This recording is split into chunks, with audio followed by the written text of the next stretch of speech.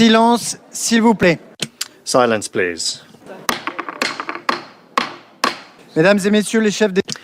New York mu cyumba cy'inteko rusange y'umuryango w'abibumbye hari hateraniye inama yiga ku iherezo ry'intambara ya Isiraheli muri Palestine.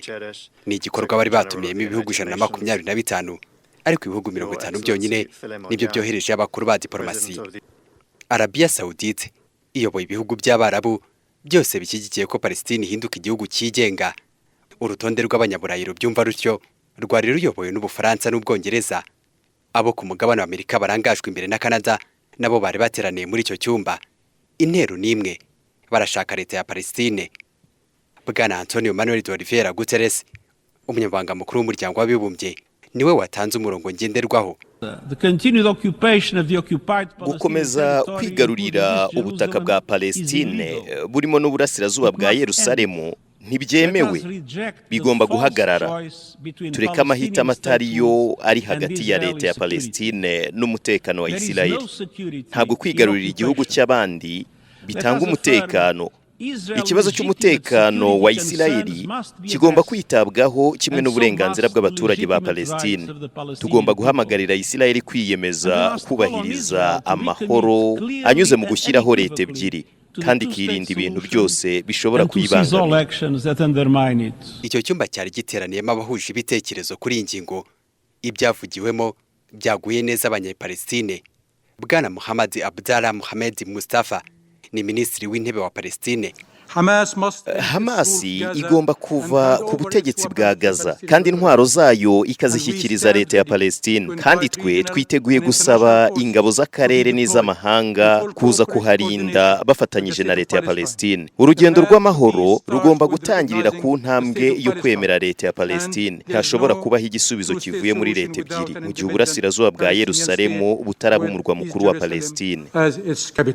Kuri iyo ngingo minisitiri w'ububanyi n'amahanga w'Ubufaransa Bwana Jean-Noël Barrot yemeje ko ibyo bavugiye aho bidashobora gusubira inyuma.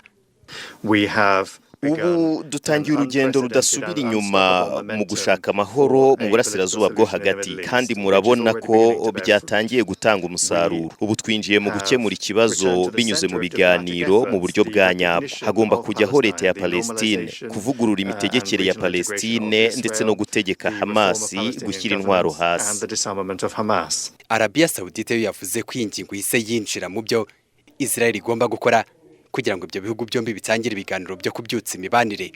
Bwana Faisal bin Fahlan bin Abdullah bin Faisal bin Farhan Al Saud ni minisitiri w'ububanyi n'amahanga w'ubwami bwa Arabia Saudite. Kwemera leta ya Palestine byatuma twongera kuganira uburyo bwo kubyutsa imibanire. Ibyo bigomba kubanzirizwa no guhagarika intambara muri Gaza. Ntabwo twagira icyizere cyo kuganira mu gihe tubona abantu bari kwicwa, inyubako zihirikwa, abantu birirwa mu miborogo muri Gaza. Tugomba kubanza kwemeza leta ya Palestine. Nibigerwaho nibwo tuzaganira uburyo bwo kunoza imibanire. Nubwo bashyigikiye uwo mwanzuro, leta z'ubumwe za Amerika zo zavuze ko zidateze guha agaciro ibyavugiwe muri icyo cyumba. Mu butumwa banyujije ku biro by'ubunyamabanga bukuru bwa leta z'ubumwe za Amerika bushinzwe ububanyi n'amahanga, bagaragaje ko umunyamabanga ushinzwe ububanyi n'amahanga Bwana Marco Rubio atishimiye ibyahavugiwe. Ibi ntibizana amahoro, ahubwo bizatuma intambara irushaho kumara igihe. Bikomeza Hamas. Ni nko kwihembera ko ibangamiye uburyo bwiza bwo kugera ku mahoro nyayo. Ibi ni nko gukubita urushyi mu maso y'abantu barokotse iterabwoba ryabaye ku itariki 7 z'ukwezi kwa 10. No gushyigikira iterabwoba bituma batwawe bunyago bahezwa mu byobo. Twe dushyize imbere diplomasi nyayo itari inama zigamije kwiyerekana nk'abafite icyo bamaze. Ibyo byakiriwe neza Yerusalemu.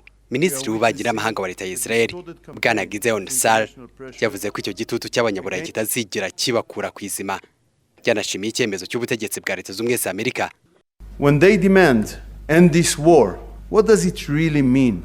Ending the war while Hamas remains in power. Ese iyo bavuze ngo muhagarike iyi ntambara baba bashaka kuvuga iki?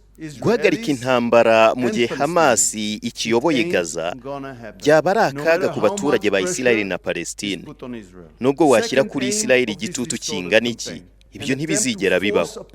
Ikindi bari gushaka gusaba leta ya Isirayeli ni ukwemera leta ya Palestine. Minisitiri w'ububanyi n'amahanga w'Ubufaransa yavugiye i Washington ko Uburayi bugomba gushyira igitutu kuri Isirayeli. Gushyiraho leta ya Palestine uyu munsi ni ugushyiraho leta ya Hamas, leta y'abajihadiste. Ibyo ntibizigera bibaho. Ubu tuzi ko hari ibihugu byinshi by'i Burayi bifite abayisilamu benshi. Ibyo bigira ingaruka kuri politike zabo. None barashaka ko dufata icyemezo gisa n'ubwiyahuzi. Ntidushobora kwemerera ibyihebe kuba mu marembo y'igihugu cyacu. Ntibishoboka. Ndashimira inshuti yacu magara ariyo Leta Zunze Ubumwe za Amerika. Perezida Trump na guverinoma ye bakomeje gufasha Isirayeli guhangana na Hamas n'iterabwoba. Igitutu cya diplomasi ntigishobora guhindura politike yacu.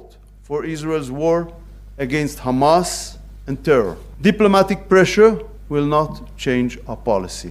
Nubwo bimeze bityo, Arabia Saudite yigaragaza ko yizeye ko Perezida Donald Trump azahagarika intambara ya Israel muri Palestine. Aba bifuza ko Israel ihagarika intambara muri Gaza, igakura abaturage bayo muri Palestine, ndetse Yerusalemu ikaba umurwa mukuru w'ibihugu byombi. Icyakora Israel yishimangira ko izo nzozi zitazigira ziba impamo.